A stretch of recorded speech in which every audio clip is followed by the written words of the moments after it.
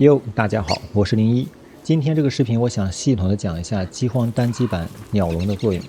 首先呢，它是一個種子翻新器。比如說你撿了一些種子，看到這個新鮮度已經下降了一點，然後你把它給鳥籠裡的鳥，然後它會給我們原封不動的種子，但是新鮮度已經變到最頂端的了。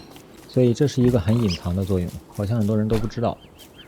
然後呢，第二個它就是我們農業上的特定種子獲取器，比如說胡蘿蔔，把胡蘿蔔給這個鳥，然後它就會給我們胡蘿蔔的種子。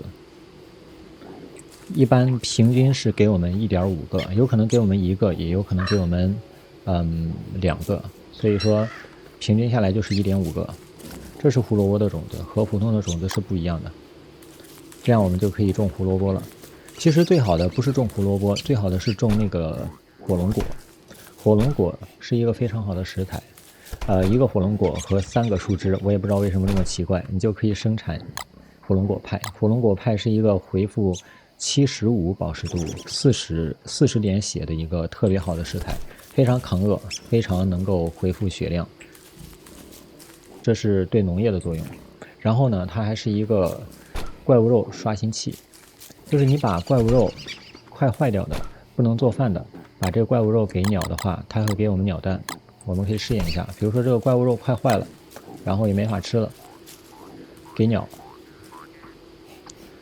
一個怪物肉可以換一個鳥蛋，它給我們的鳥蛋是新鮮的。這個鳥蛋快壞了呢，我們還可以去放在火坑裡烤一下，它的新鮮度又會拉到1半以上。這樣又可以頂一段時間了。如果鳥蛋還吃不了的話，你可以去給豬王。一個鳥蛋呢，可以換1個金塊。本來給豬王是1塊肉能換1個金塊，給怪物肉它不要。然後你可以把怪物肉換成鳥蛋，這樣豬王它就要了。所以說也就相當於一個怪物肉可以換1個金塊，這樣金塊就實現自由了呀。而且鳥蛋可以做很多好的食材，比如說一個鳥蛋加1個怪物肉，再加1個蔬菜，這是必須要有的。蔬菜我們就用這個玉米吧，或者說這個仙人掌也是蔬菜，或者說這個蘿蔔也是。然後你可以再放1個蔬菜，或者放1個水果都可以。必須的就是1個蛋加1個小肉，或者1個怪物肉，或者1個大肉都可以。這裡放怪物肉，這是最經濟最實惠的。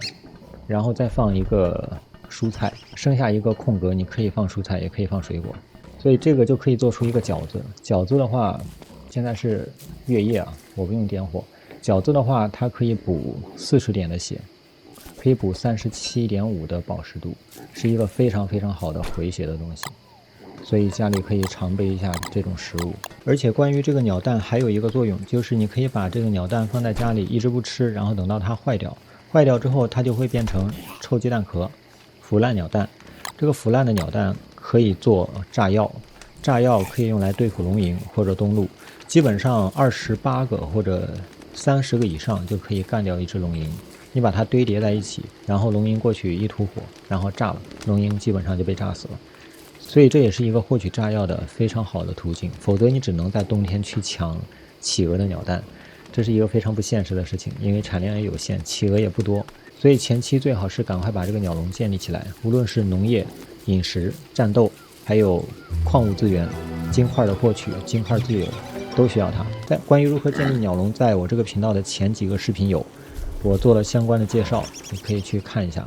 好了，這期視頻就到這裡，我應該把這個鳥籠的作用系統的講清楚了。